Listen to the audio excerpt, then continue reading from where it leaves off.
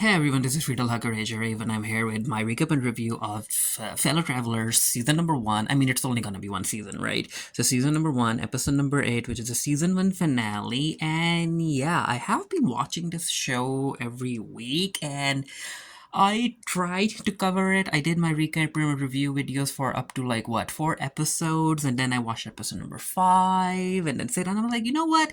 This is kind of getting repetitive when it comes to the on again, off again situation with Hawks and them, and I don't like it. I really don't. And I'm like, every week, if I end up doing recaps and reviews, it's just me gonna be talking about their relationship. Yes, there is political stuff happening, but a lot of focus is being shifted to their relationship, which is, I mean, I don't care if the writers try and make Hawk and Skippy think that what they shared was like actual love. It wasn't, especially when you compare their situation to the love that Marcus has for Frankie and vice versa. Like this entire relationship was just toxic, and how Hawks ended up using everyone he met, and in a way he destroyed a lot of people in his wake, and I wasn't a fan of that. And again, as I said, I was like, if I end up recapping this show every week, I'm just gonna be talking about the same thing over and over and over again.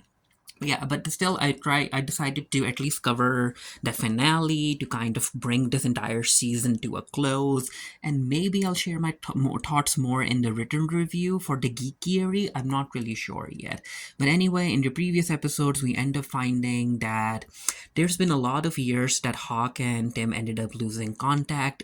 Tim even went to jail. He went to the army. Yada yada yada. Hawks even kept him in one of his cabins in the woods, and that's where we end up seeing Tim getting to meet Jackson, Hawk's kid. And in the previous episode, because the kid died, Jackson, Hawks ended up getting into drugs and substance abuse and all of that stuff, and living off in Fire Island.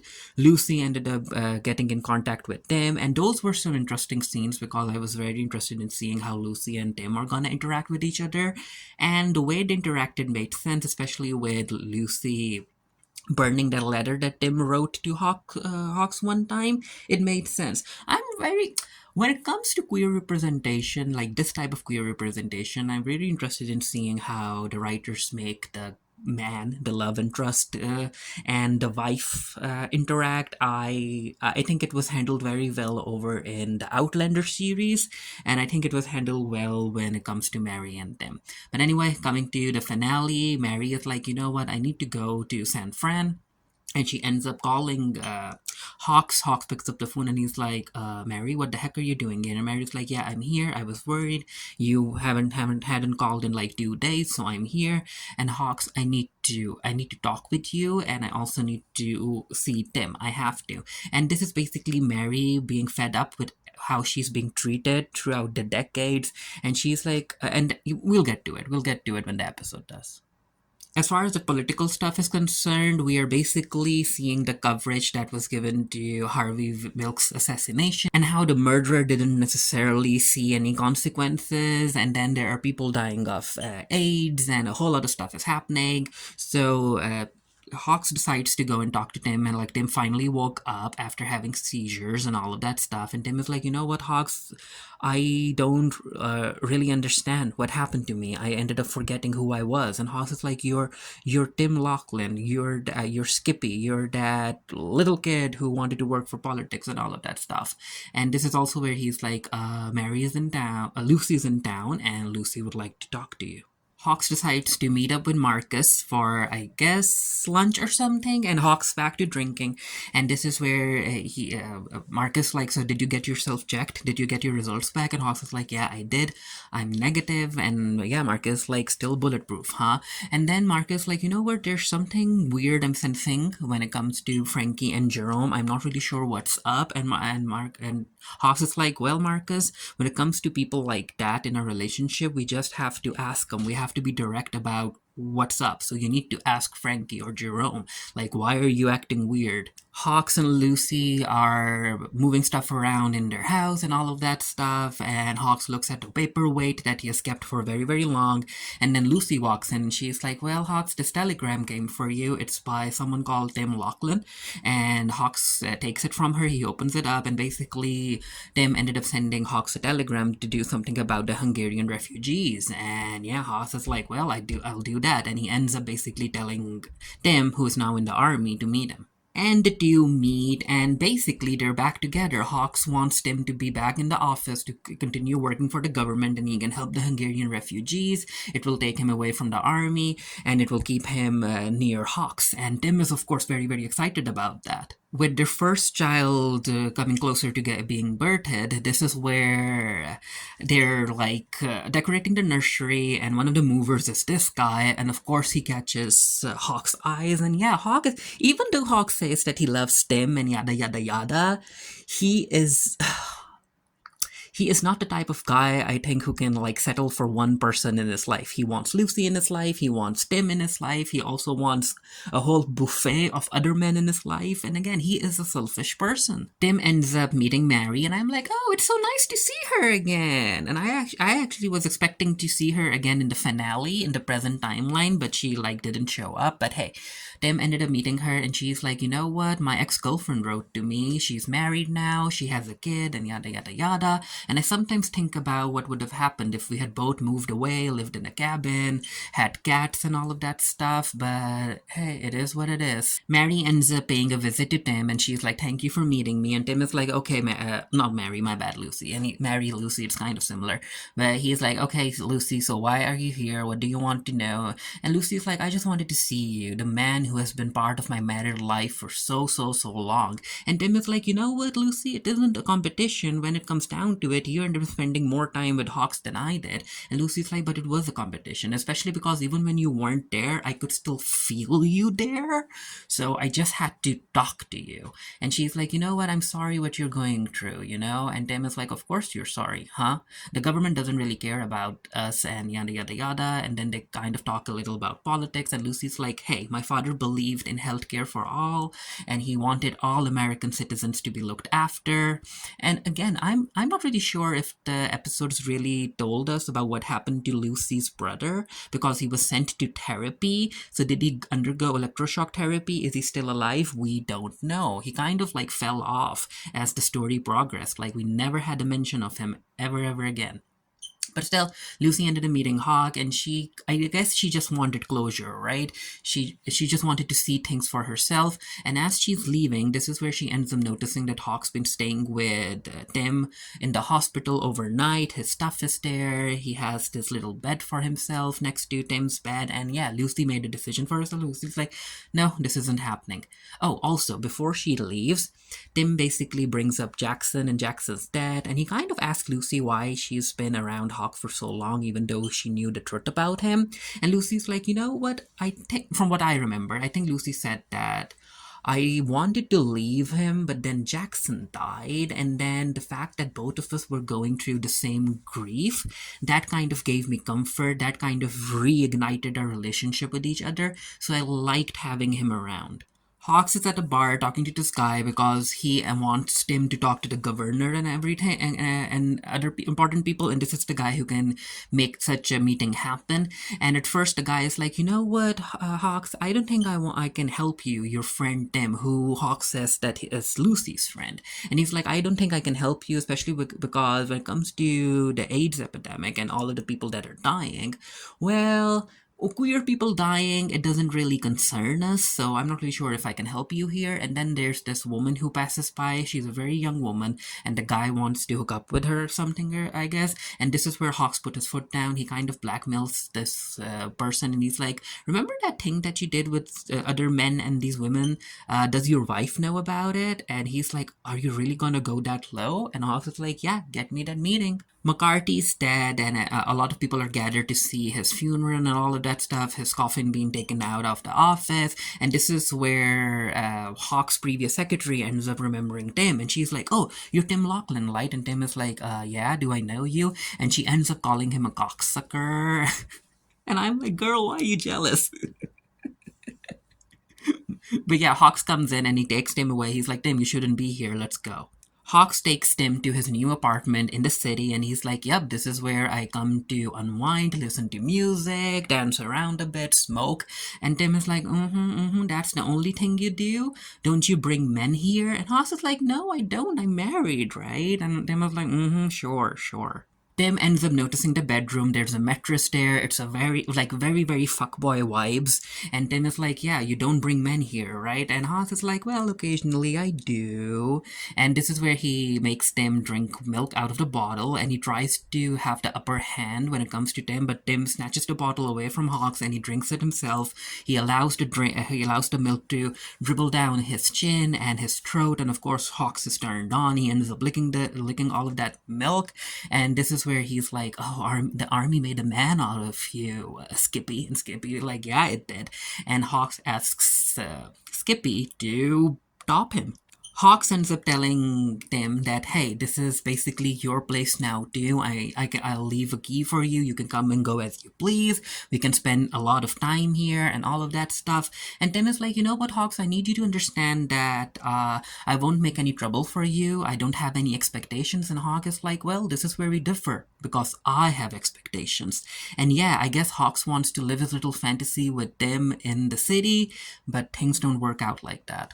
We get the scene where Lucy, who's still pregnant, she walks into the bedroom because she's like, Hawks, do you want me to iron this shirt? She walks in and then she notices something and she leaves without saying anything. And Hawks like, what the heck was that about? And then he realizes that he's got a hickey on his shoulder because of them topping him and kissing him from the back. And I'm like, wow, Hawks, wow, you're breaking hearts. You know what you're doing is wrong, but you just can't stop yourself, huh? You just want everything. Hawks decides to pay his wife a visit at the hotel she's staying in, and yeah, she's packing, she's ready to go, and Hawks is like, okay, are you feeling okay? If you want to go, I can leave with you, and yada yada yada.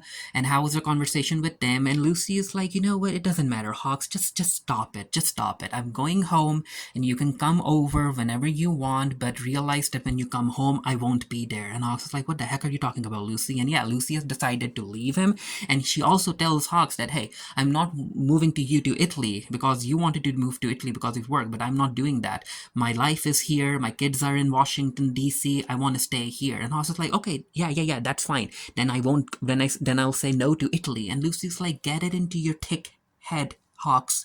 I'm leaving you because when it comes to how the writers handle this interaction, I really liked it. It makes sense. It made sense to me because all of these years, Lucy thought that, hey, I'm going to treat Tim as the quote unquote other woman in my life.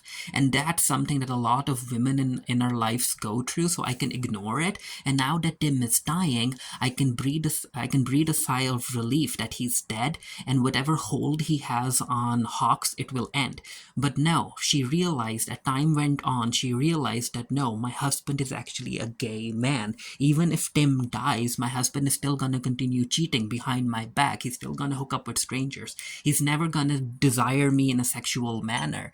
So I have to put an end to this before it's way too late. I mean, they're already old enough.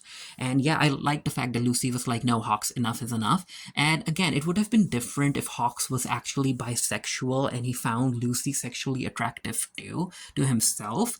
But no, he doesn't. He's like really, really a gay dude. And again, even with Tim dead, Lucy realized that no, even if Tim dies, Hawks will never love me in the way that I want him to love me. So I'm just gonna love myself, I'm gonna choose myself, and I'm gonna leave. And I'm like, good for you, girl, good for you. We get to see Marcus playing basketball with Jerome, and Marcus actually asks Jerome, he's like, okay, Jerome, what's up? What's going on? What's bothering you? What's eating in you? And this is where Jerome tells Marcus that I got my test results back and I am positive and this is bad. Why me? And yada yada yada. And Marcus is like, no. Don't blame yourself. You're a queer black kid in a community that doesn't want to accept you, and there's nothing wrong with exploring and feeling loved and being loved and all of that stuff. So say it with me, you're innocent. You're innocent in all of this. And the people who are at fault is actually like the government who's allowing people with AIDS to die like that. It's nighttime, and Hawks comes back to the hospital to spend the night with Tim, and he notices that Tim is talking to one of the other patients, and the patient tells Tim that yeah, he's been with this man for like 17 years. They were very young. They met in college. They moved in together, and they end up spending more than a decade together. And he doesn't regret any of his choices. And the reason that and when it comes to Hawks, he's listening to all of this, and he's just basically he experiences a flashback when it comes to how he could have also had more time with them, but he put his career, but he prioritized his career. He prioritized roaming around in the world as a heterosexual man and all of that stuff, and he regrets that. He regrets not being able to spend more time with them. We get the scene in Hawk's apartment where both of them are just dancing naked and they're like living the fantasy they've always wanted to live, and this is where Tim brings up the fact that he's very excited about the new job in the state because then he and Hawks can be colleagues again and they'll be able to meet each other every day and yada yada yada. And I'm like, Tim, no, no, don't bring that up. No, why did you do that? And yeah, Hawks realizes what all of this means and he ends up doing something very, very, very bad. Hawks wakes Tim up because he's like, Skippy, you're making noises. Is everything okay? Do you need the nurse or something? And they're like, no, no, no, no, it's nothing. I'm just like, you know what, Hawks, I'm gonna fight this. Because earlier on in the episode, he was basically writing down something about him not being resuscitated and just letting himself die if something happens to him. But now he's like, no, I'm gonna fight and I'm gonna stay here and I'm gonna see this to the end. And that makes Hawks glad that Tim isn't giving up because that's not the type of person that Tim is. And Tim is feeling cold, and Hawks like places more blankets on him, but that doesn't really work. So he kind of just he like snuggles with him on Tim's bed, and that's what Tim wanted, and that's what Hawks wants too. But again, he's made some very very bad decisions in his life. Tim is clearly running out of time, so Hawks ends up calling that person again, and he's like, "I need that meeting, guy. I need that meeting now." And the joke that I brought up last night about your wife not knowing about that particular thing, ignore it. It was a joke, okay? I just need that meeting. And the guy is like, you know what? There is this gala, that fundraising gala that's happening, and you told me that Lucy's in town, right? So bring Lucy along. And of course, Hawks isn't gonna bring Lucy along. He's basically gonna bring Tim along because he wants Tim to meet the governor or whatever whoever that guy is and talk about AIDS and stuff. And then we cut to Marcus and Frankie, and this is where Marcus tells Frankie that, yeah, I know about Jerome, and Frankie's like, hey, don't worry, it will be okay. We'll get through this. And Marcus like, you know what? You've always been the strong one of us. And yeah, Frankie has been strong, especially with everything Frankie's been through. And when I've mentioned this before, right? That when it comes to the writers trying to show, not the writers per se, but the characters in a sense. Well, the writers, they're not real. But yeah, the characters like Tim and Hawks think that whatever they have, it's actual love. But when you compare what they have to what Frankie and Marcus have, like that's actual love. I see Frankie and Marcus and I see mutual respect. I see actual love.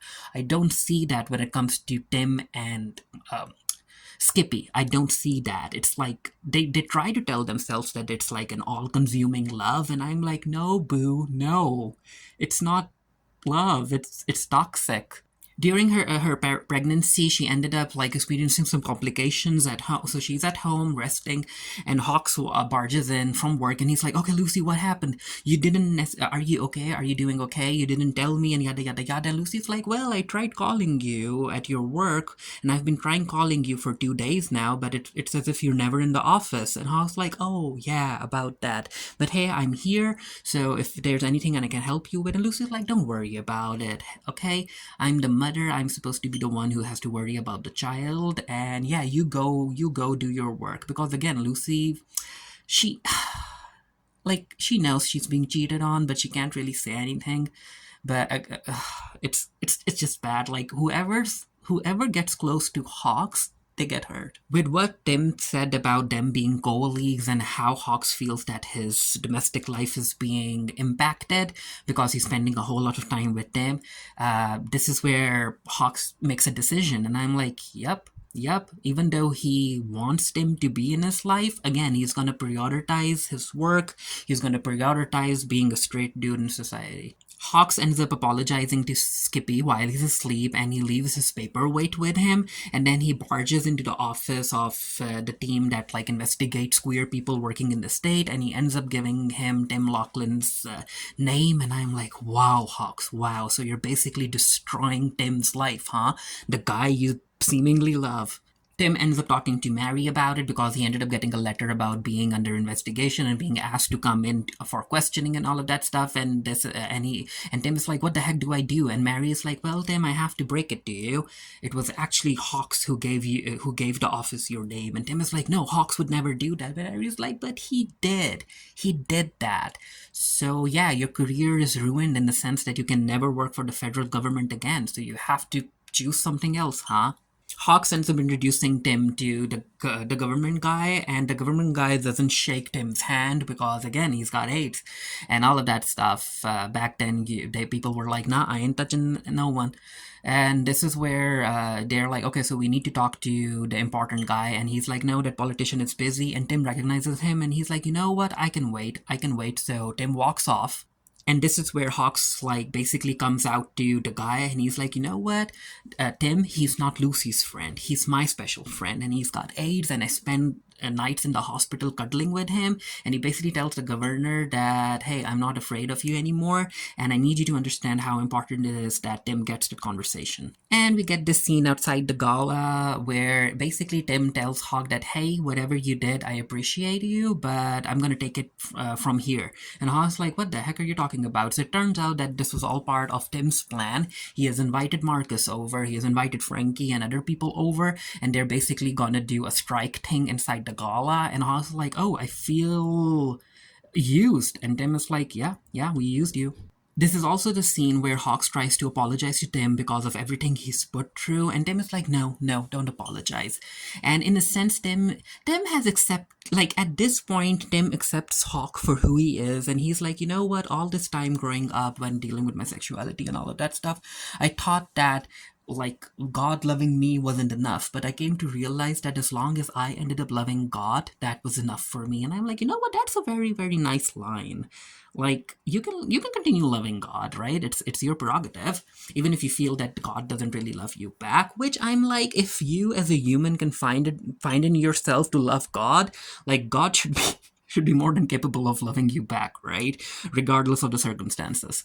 But anyway, this is where Tim is also like, and in the same manner, I loved you, Hawks. So even if you didn't like love me back, or if you even if you didn't treat me back properly, as far as I'm concerned, as long as I continue to love you, that was enough for me. You are my all-consuming love. And I'm like, again, boo, boo, Skippy, listen to me. That's not healthy, baby. That's not healthy. That's toxic.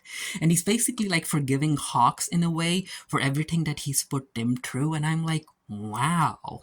Wow, huh? Wow. Again, this doesn't make sense to me, this entire thing, especially when you compare their relationship with to Frankie's and Marcus's. And Hoss is like, "Okay, I'll come in with you." And Tim is like, "No, no, I need you to go home. This is something that I have to do by myself."